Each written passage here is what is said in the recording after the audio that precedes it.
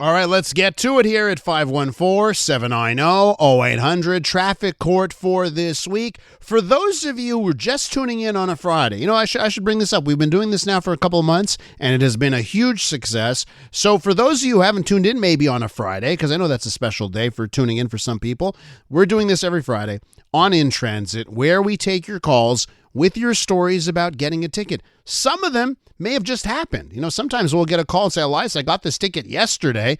We also hear stories about tickets from long, long ago. We'll take them all at 514-790-0800. Sammy has a story for us this morning. Hi, Sammy. How you doing?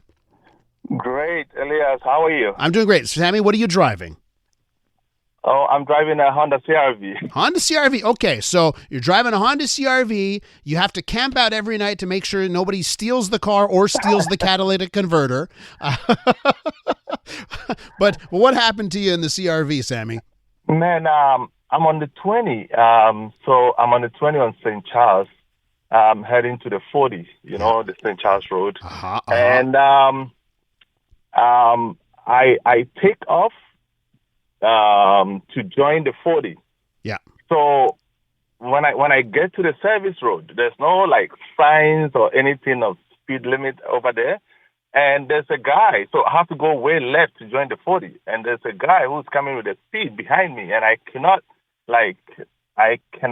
have to get, speed up to join the 40. Yeah. And unfortunately, the cop was in front of me somewhere with the camera. And he left the guy that is coming with speed, and he stopped me. And I'm like, there's someone coming behind me, and I can't. He says, no, he take 2 demerit point, and he give me, I think, 200 and something ticket. So I need to go to the court and contest about that ticket. Oh, man. So here's the thing, right? What do you do in that situation?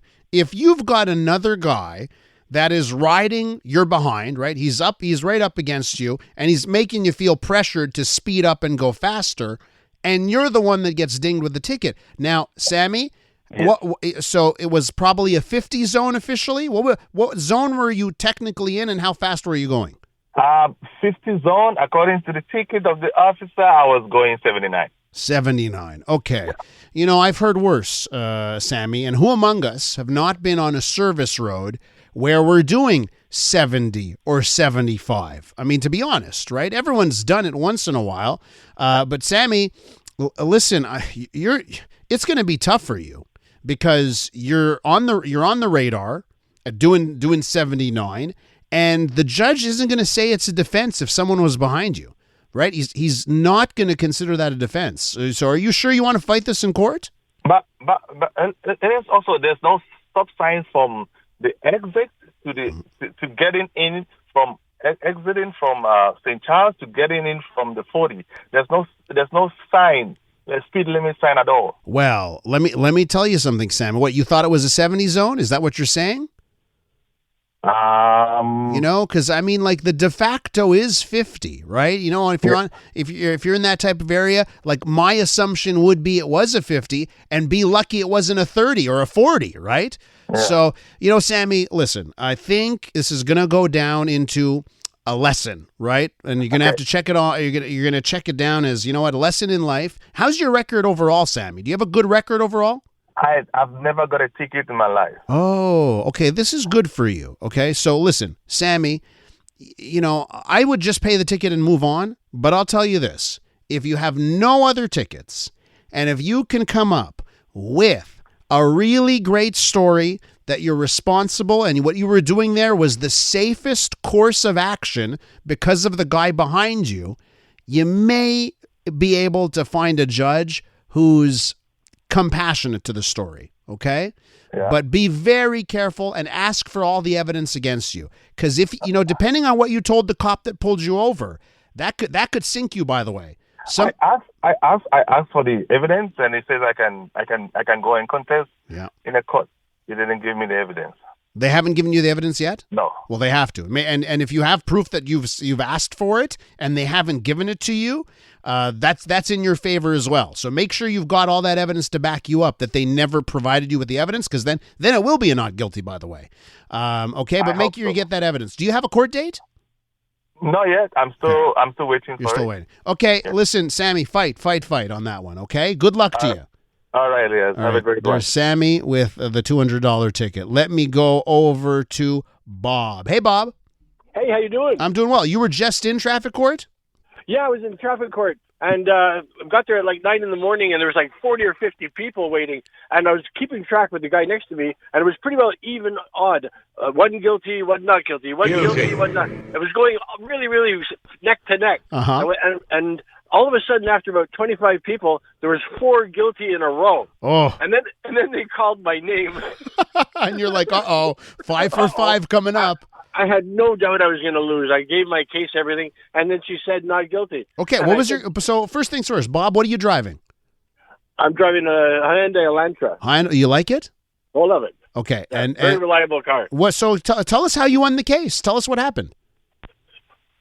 Well, this was let's see, I've been to court like 2 or 3 times in that year. But what happened is after she told me, I told her, I said, I was really expecting a guilty plea because there was 4 non-guilty guilty in a row. And she says, this is totally by merit.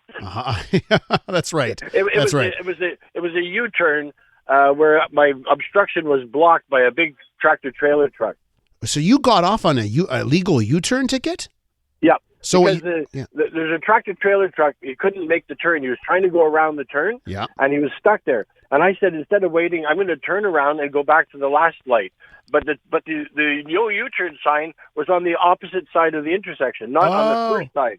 Oh, so, hidden by the truck? Hidden by the truck. And I went all around Montreal, even in my area, and only sometimes they're on the other side. Most of the time they're before the intersection, not after.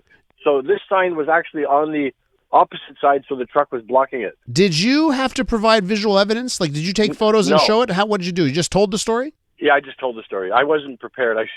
I knew I should have taken pictures and everything, but I was rushing to work every day, and I ended up getting there last minute. But listen, sometimes you don't have to be prepared. You just got to have. They believe you. The judge, because there's no lawyers involved, the judge has to just depend on whether she believes what you're saying or not. So and she knows that half the people are probably lying. So because there's no lawyers to be responsible. Yeah. They go on their gut feeling, and I think she sensed the emotion in my voice, and he believed me. Bob, that's what it's all about, right? It's reasonable doubt. That's our system, right? So if you plant the reasonable doubt, you're going to get off. That's just how it works. Well, I saw a guy ahead of me. He was on a motorcycle, and the left turn was blocked. The street was closed, and there was a sign, no left turn. But at that light, he wanted to go into the gas station, which was immediately on the left. So he sort of made a U-turn, left turn, to get into the gas station. And the policeman gave him a ticket for no left turn. But the judge was trying to help him, saying, you mean you made a U-turn, right? Because you weren't brought here to be charged with a U-turn. So if you admit you made a U-turn, which is still illegal, that's not what the charge is. So she's trying to help the guy. She's trying to help the guy. But he didn't want to admit that he made a U-turn because he felt that's... So they were going back and forth. So he made a U-turn. No, well, I sort of just turned into the gas station. He was trying to... But he would never admit that, and the judge was trying to help him, and I felt like calling to him, say yes, because that's not the charge you're here on. Oh, Bob, it's so great, because it's a great point. Like if you admit something that you're not charged with, it's not like they're going to come up with that charge then and there, right? No, but he was too afraid. Oh, that's funny, Bob. Great stories from your time in traffic court. I do appreciate it. Stay on the straight and narrow, though. Okay, I don't want you back there. All right, on CJAD 800, we're continuing traffic court here. David, Adam, Tom on the docket. Give me a call, 514-790-0800. I will try and make sure we get to your case as well. David, what kind of car are you driving? I'm trying to drive a 2007 Civic. Why is the trying? What's happening with the vehicle? Well, the engine head gasket blew. So I either have to put a new engine in there or have the head gasket replaced, which is very expensive. So right now I'm just driving it till it dies. Okay. All right. Well, pray for the Civic.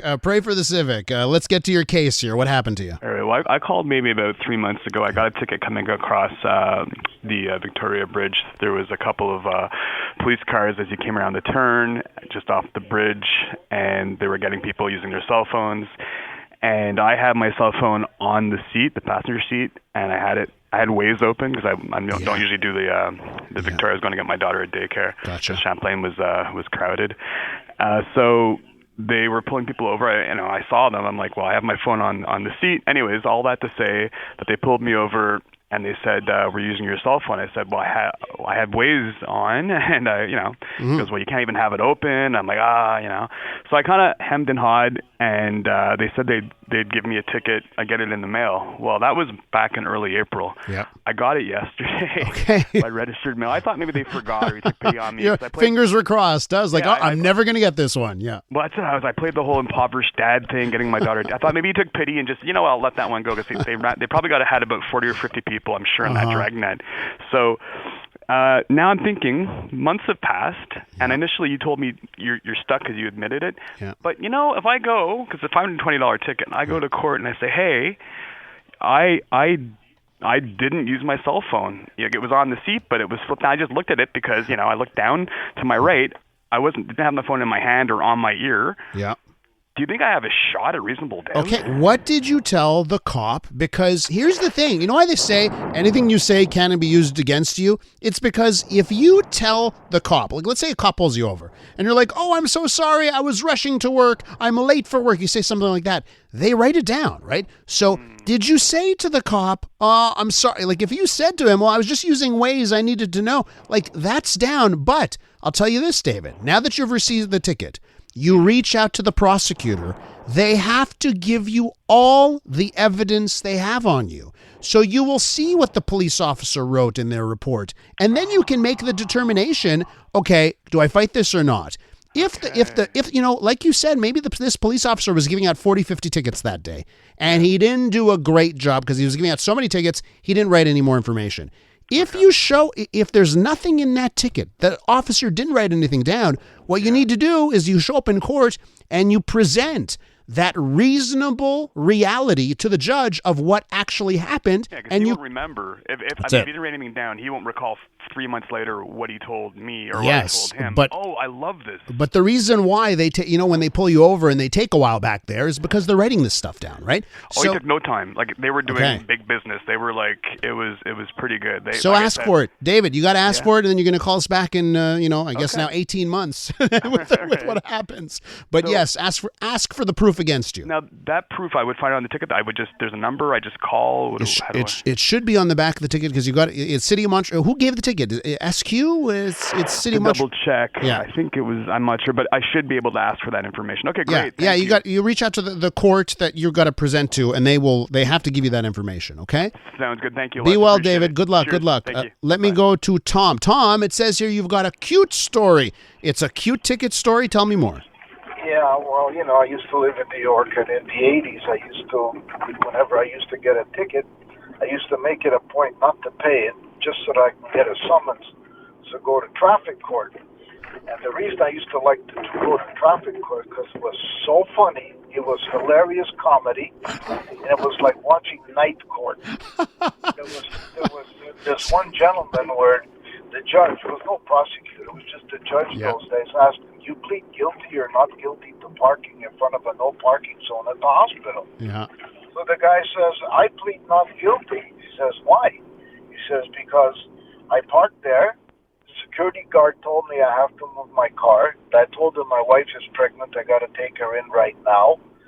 So the security guy says, never mind, go ahead. I'll watch the car for you. Mm-hmm. So the judge claps on the table. He says, guilty. Collect the money from the security guard.